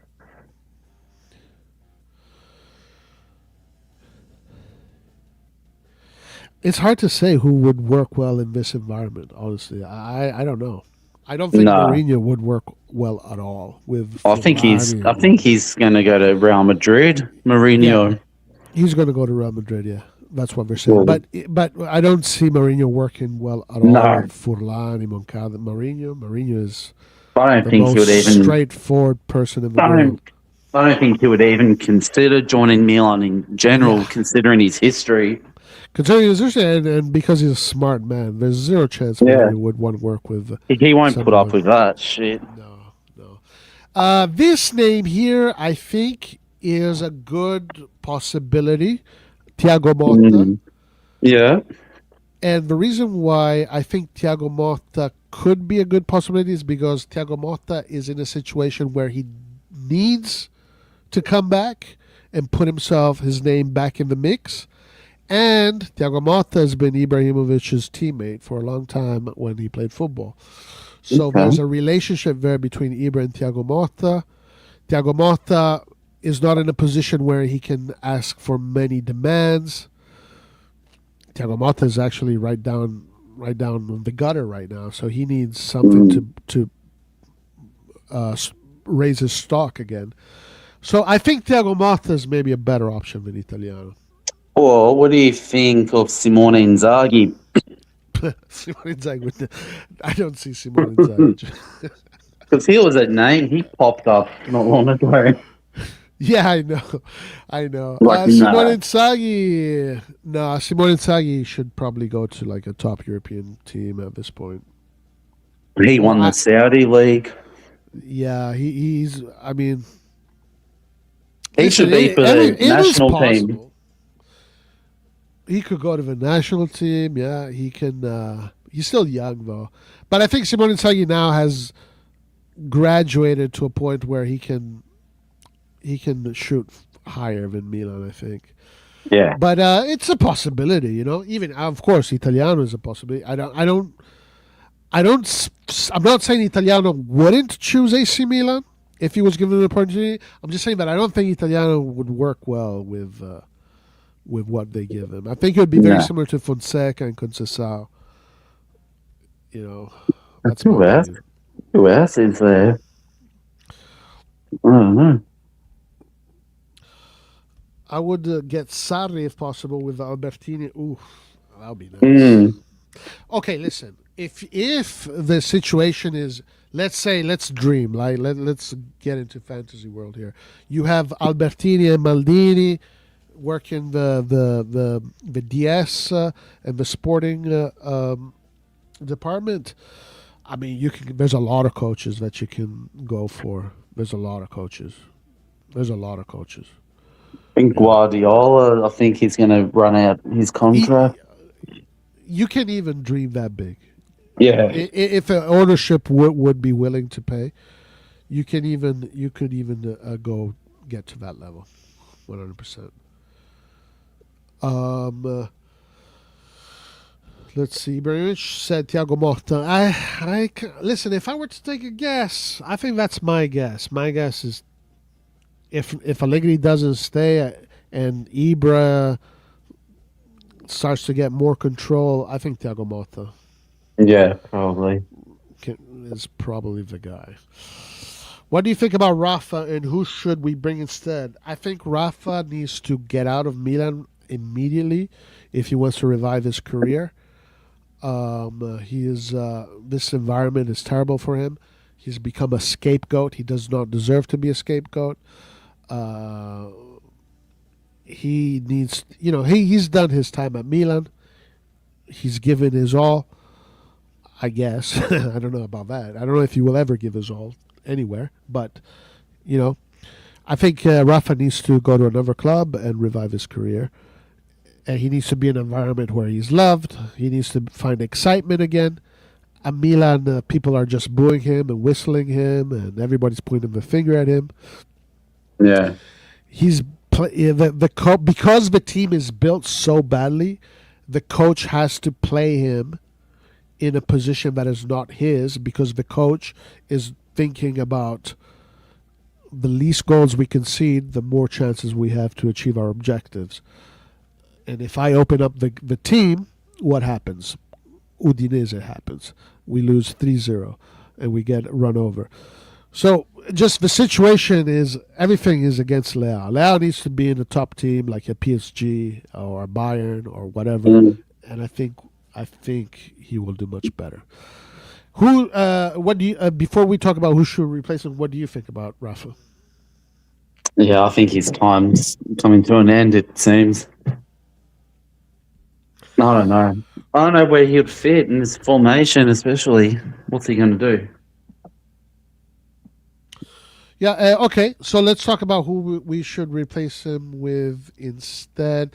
Again, I don't it's know. like, does it really matter in this situation? No, not really. But let's talk logically based on the situation, based on the coach. If we're going to keep on playing a 3-5-2, we need to replace him with a striker, not a winger. So you probably Vlahovic, maybe. Yeah, it'd be Vlahovic most likely. Yeah. So just forget the winger thing. We don't need wingers if we're going to play this 3-5-2. We need strikers. We need strikers. Vlahovic is probably a guy that is a possibility for Milan. The other one I saw recently is Jurasti from Dortmund. Yes, these kind of players there. Guirassi, like a center forward. These kind of players that play in the box, that can hold the ball back to goal. You have to replace also Pulisic, honestly. Pulisic doesn't fit with the 3-5-2. Yeah, in a 3-5-2, the wingers that you have are wingers that you need, that you're going to keep on the bench in case you need to change something and you need to change something during the game. But if your set formation is a 3-5-2, you need four strikers, right? You don't need any wingers at all. You don't need Chukwueze. You don't need Pulisic. You don't need Leao. No. You don't need any of these guys. You need Lautaro Martinez and a Thuram and a Pio Esposito and a Boni. Exactly what you see. Inter does it perfectly. Inter is a team, an example of a team that does its team building as perfect as they can be. That's what you need. You need 4 players that play those positions. So That's right. that's who you should replace him with. If What we about continue. what did the big? This probably be going a bit too big. What about Osimhen? Oh my God! Don't threaten me with a good time, bro. Are you kidding me? Osimhen would be a fantastic signing. Yeah, Yeah, he had Osimhen would be insane fantastic. stats as well. Yeah, Osimhen is he's a world class player. Just his attitude is world class. His effort on the pitch is world class, and Osimhen would be a fantastic signing. Yeah, maybe that. Maybe the best we can hope for if you are to replace Leao is Osimhen. I think maybe that's the best name you can think of, in my opinion. Haaland, unreachable. One second, let's go to hop off a little bit. 1 second. Okay. Haaland would be unreachable, but Osimhen, I think, would be a good shot. Motta can't handle the pressure of San Siro. I don't know. Why not? Why wouldn't he? At the end of the day... I'll catch you later. I've got to head off. All right, Sorry. all right, see you. All right, peace. I don't know if I totally agree with this. If Motta wouldn't be able to handle the pressure of a San Siro, I think you kind of learn how to handle the pressures. I mean, listen, Milan brought in a lot of, even Milan when Milan was a team that was designed to win, they never brought in, ready-made coaches. They brought in Sacchi from Serie B. They brought in Capello that was a second. He didn't come from a big team. They brought in Ancelotti. They brought in Maldini. And that worked, right? Can he handle the pressure? Yeah, I don't know if I agree with that. The most important thing we must appoint... The most important thing is that we must appoint the coach before we buy players. In an ideal world, but not in this Milan. In this Milan, that doesn't matter because the coach does not decide who the players are. Right now, if things stay exactly the way they are, the ones that decide who the players are is number 1, Furlani, and then some other people can have ideas here and there. If we're buying players first for 4, we have been... Yeah. They're not going to change that. Forza, I think we should bring in Keane. I thought you didn't like Keane. I thought you were like no to Keane. Keane would be great. If Motta comes, bring Xerxes. Xerxes is another player that makes way more sense than Leao, for example. Xerxes is actually very good at what Allegri needs.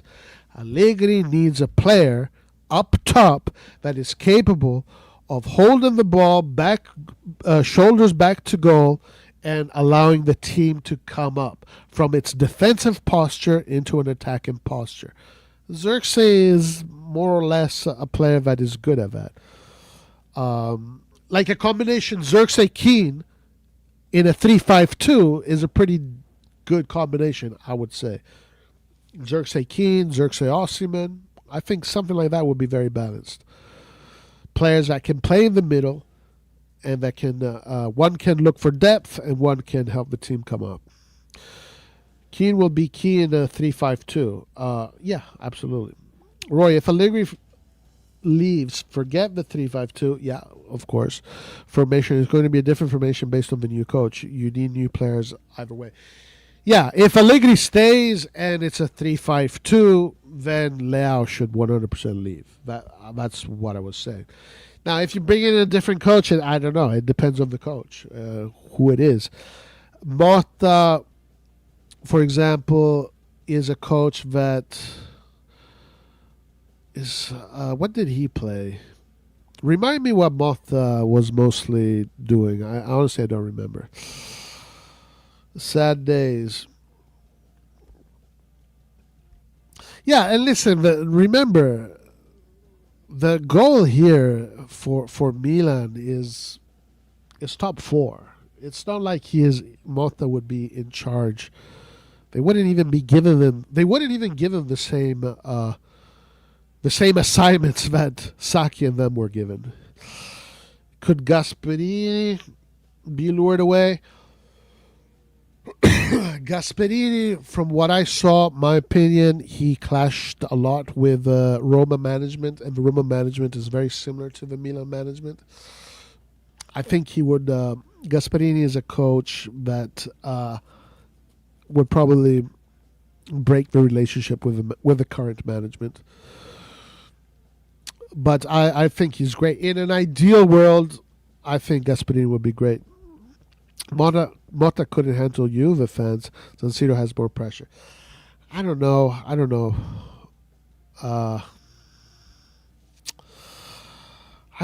Look. I mean, Motta is a guy that played for PSG, played for Barcelona. He even played for Italy. I think he was in the last World Cup that Italy. Like, he understands pressure. I don't think pressure is a problem. I think it's more decisions and the decisions that he made were wrong. But these are professional players. Like,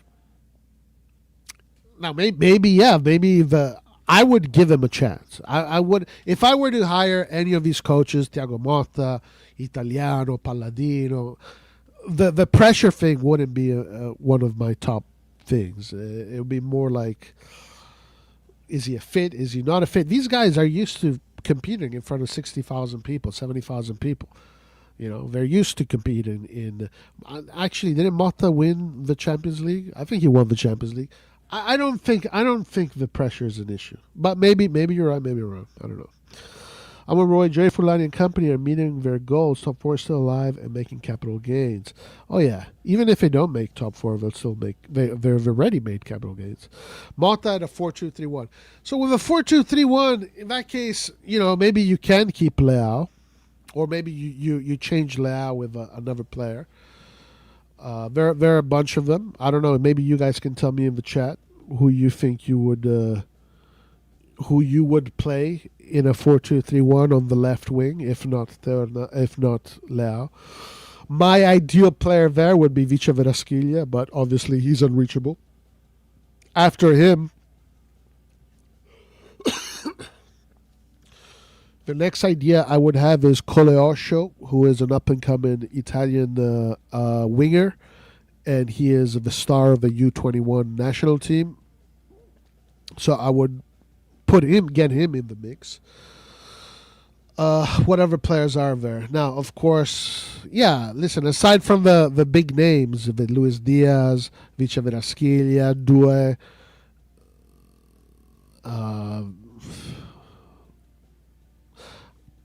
maybe those. Yeah, I would say Coleosho for me. But you guys tell me what you think. Who would you replace Leao with? Why will Gasperini leave Roma? They're building something. I don't think Gasperini is going to leave Roma, but they didn't have a great understanding this season. Motta loved 4-2-3-1. Same as Como. Roma ownership trusts Gasperini. Okay. Getting Goretzka will already be a huge upgrade. Him and Rabiot will shine together. Who would you replace Modric with? I wouldn't replace Modric. I would just keep Ricci. Ricci plays that position. That's his position. You cannot replace Modric with anyone better than Modric. So Ricci, just give that position to Ricci. You're not going to get better than Modric, guys. Who's better than Modric? Vitinha, the PSG guy? He ain't coming to Milan. Milan can't afford him. Modric is here just because of charity. So whoever is coming, you have to think of a downgrade. I think Ricci is a guy. Just keep Ricci in that position. You're not going to get any better than that anyway. Jashari will be his second. Then you have Goretzka aside. aside Ricci and Rabiot on the other side. So Goretzka, Ricci, Rabiot. That's the level Milan is. Kovacic on the free. I wouldn't. No, I would give Ricci the reins and just allow Ricci to do his thing. You know. What's the point of getting Kovacic? I don't think Kovacic would Kovacic is Kovacic the same level as Modric? What's the point of Kovacic? I don't know. Let's just hope a light is in the end of the tunnel. Right now, the only light at the end of the tunnel I see is maybe if these rumors that I've been hearing are true, that they want to essentially promote Furlani to another position, give Ibra more of the power, and Ibra bringing in Maldini. That would be a great thing, I think. Davide Ancelotti is willing to coach in Italy. I would have him, but unless Maldini is available. Now, Ancelotti, I honestly don't know. I have no idea what it will look like. It could be a miss. It could be a bust. Well, that's a complete mystery.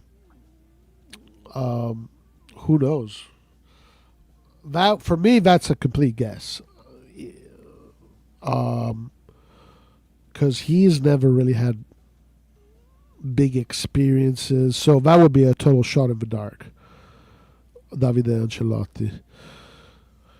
Of course, his father is maybe the greatest coach of all time. His father, and Ancelotti knows Milan. There's no doubt about that. I did hear these rumors. Honestly, I don't have much of with Maldini, I think it could be good, but I don't have much of an opinion of this because I don't know what his coaching looks like. We can only hope. Yeah, listen, they've made 100 millions in capital gains. Now let's see how they spend them. Last summer, the market was so bad. I cannot believe that people thought that Milan was going to do well this year based on the market that we had. I could not fucking believe it. But guys, it's the same people. It's the same people. What is going to change? Nothing's going to change. We're going to still use the same methodology. We're still the plans are still the same. We're not going to build a team. We're not going to build a core of players. We're not going to develop anybody. Bartesagli was a mistake. They have to sell Leao. There are rumors saying that Leao has told his buddies that his last game this next game at San Siro is going to be his last game. I don't know if that's true, but that's what they're saying. So, it's like these guys are going to continue to keep Milan in this situation that you don't win, you make money, and then you cover up with PR when the fans are angry and whatnot. All right, let's see if we have any other comments. Did you see the fans holding the Maldini jerseys? Yeah, that's crazy. They don't like that name, yeah? They don't like it. Listen, this thing about other channels, I don't really care right now. It's not one of my priorities. I just want Milan to come back. That's all I really want. I just want to enjoy Milan. And for me, the last year that Maldini was in charge, I was pretty upset with how things were going. And I did criticize Maldini a lot. But I found out later we found out that Furlani had stopped talking to Maldini, that the management had stopped talking, that Jerry said he just sat back. And they just did not work with him. And they were conspiring against him. Of course shit went badly. That last year. But before that, guys, I was fucking happy as a pig in mud. Milan was great. I loved what we were doing. I loved the direction we were going. And I knew that we had financial limitations, whatever. It is what it is. But I fucking loved it. I was really happy. I was like ecstatic with how Milan was building a team, a core of players. For me, you can make mistakes with players. It's fine. Everybody's going to make mistakes. Marotta makes mistakes. Everybody makes mistakes. We just needed. I just sad that was just all broken up into pieces just from one day to the other. Also, getting the Lazio defender Gila will also be great. He's a beast. So Gila looks like Milan is going to be getting that player as per what the reporter's saying. According to SofaScore, him and Bastoni are tied for the most points. So that means algorithmically, statistically, he did pretty well. He did really well if he is tied for the most points in Serie A as a defender with Bastoni. But honestly, am I excited about Gila? No, I'm not. When are you guys doing when are you guys doing the summer live streams? Well, yeah, when the summer comes in, when the market starts, probably post World Cup. We'll do some streams during the World Cup too.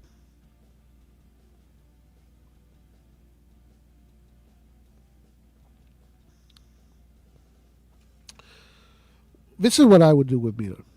First of all, I would get rid of Moncada and Furlani and Scaroni. And I would put in football people there instead. I'll put Maldini. But the first thing I would do is build an Italian core. That's the first thing I would do. The priority for Milan has to be build a domestic Italian core. And it has to be a strong, the best players, and then couple them with players of a certain level, and they can all grow together and become a juggernaut of a team. But you have to build cores, a core of Italian players that will be fighting for their country, fighting for the badge. They know what it's like. They understand the culture. They understand the tradition. They understand what it means to play for Milan. And these are the players that are going to have that responsibility for the national team too, like we had in the past. Every time Milan has always had strong Italian cores. The core of cores that were part of it. One of the reasons why the national team sucks right now is because Milan has completely abandoned the national team. It's because Milan is not developing Italian players that are starters for the national team. We used to be one of the main contributors of the national team. So that's the first thing I would do. I would start there. And you have plenty of talent in Italy. This idea that there's no talent in Italy is a farce. It's a total farce. It's just a matter of will. You build the Italian core, and then after that, you insert players, good players, international level players that are coupled with that core. Even and the other thing that I would personally do if I was the owner of Milan, I would build my players I would do what Barcelona does. I don't need to go and fucking Saturn or Jupiter to find players. I'll build them in my own backyard. All I got, you just have to give them. You just have to give them that confidence. Like the players we had: Liberali, Zeroli, Comotto, Bartesaghi, Camarda, Sala, Magni, blah blah blah, all these players and whatever. Then you build them. These are players. You just got to give them. First of all, you have to allow them to grow. Of course, there needs to be a time of a period that is like, okay, results are important, but let's not blame these kids if the results don't go our way. And that's the approach Maldini took in the beginning, which then helped him build a team that was able and had the ability and the knowledge to know how to win a league. So, your Italian core would be Palestra, Buongiorno, Gabbia, Udoge. Yeah, there's many players. I'm not even talking. I'm saying you can even build them from scratch. I always say what you just said. We have to develop Maldini, but why can't Milan do it? Yeah, because because they don't want to do that. Because right now the method is not, because they don't care. That's really it. It's just that it's not in their priority. They want to do this Moneyball player trading thing, right? Instead of, let's say, bringing in a player from that graduated from the Primavera and giving him his 2 or 3 years to grow, they're going to say, well, let's go buy a 20 million player that has already played a bunch of years in first division, a foreigner. Let's bring him in, and then the Italian kid gets lost.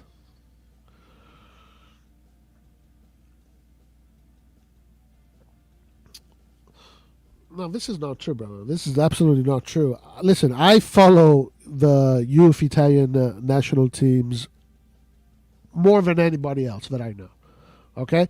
Every time the U16 plays, the U15 plays, the U this, U that, I look at them all. And we have tons of talents. The problem is in Italy is that they do not want to spend the time to develop them once they graduate from the Primavera. Once these guys graduate from the Primavera, the Italian clubs is like, yeah, I don't want to risk and build a player. What I'm going to do instead is go and find another player that has already, a foreigner that has already played in the first division. He doesn't cost much, and I'll bring him instead, so I don't have to wait for my domestic player to learn the trade of professional football. That's a problem. Because if this was true, then Italy would not win the U19 Euros, the U17 Euro, would not be the team. Italy, actually, the youth national team just won an award from UEFA for being the most productive youth national federation there is in Europe. The Italian teams are the teams that have consistently qualified for the most competitions in the past 5-7 years, and UEFA just gave Italy's youth federation a trophy for that. This is something they do every 5 years. So if you actually follow the youth projects, you realize that the talent is there, but there's no will to graduate them and then give them that pocket of time to let them grow. There's no will to do that. There's absolutely no will. And also, not only there's no will, but there's no money incentive to do that. There's no money incentive to do that. Because they don't want to take risks. They'd rather buy Estupinian. They'd rather buy whatever. And do that. Like, that's why Italy now is 30% Italian and 70% foreigners, because they don't want to build youth players anymore. And as a matter of fact, I said it, the best thing that Italian youth players can do right now is get out of Italy. Get the fuck out of Italy.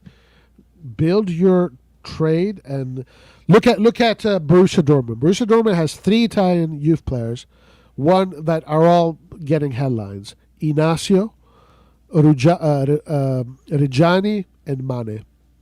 All these guys come from the youth national teams, and they're all now getting headlines, and they're all playing, they're all doing good. Inacio scored a goal recently. He's only 18. Reggiani is 17, and he was playing in the Champions League. Reggiani. They have to give these players the opportunity to grow, but in Italy we don't do it. We just don't want to do it. And one of the other reasons is because we don't have Italian ownerships anymore. They don't care. They just want immediate results rather than build for the future, 100%. And that's been a problem with Italy for a long time, but now it's manifesting more than ever.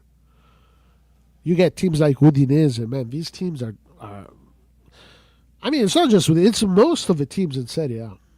Most of the teams have said yeah. But, the core, that domestic core, is just such an important element to your squad. You have to trust your core, guys. Italy is a country that the people treat the sport like a religion. You're going to always have talent there, but you just have to give that talent the ability to grow. You have to put the damn fucking dough in the oven for it to bake into bread. Otherwise, it'll stay dough forever.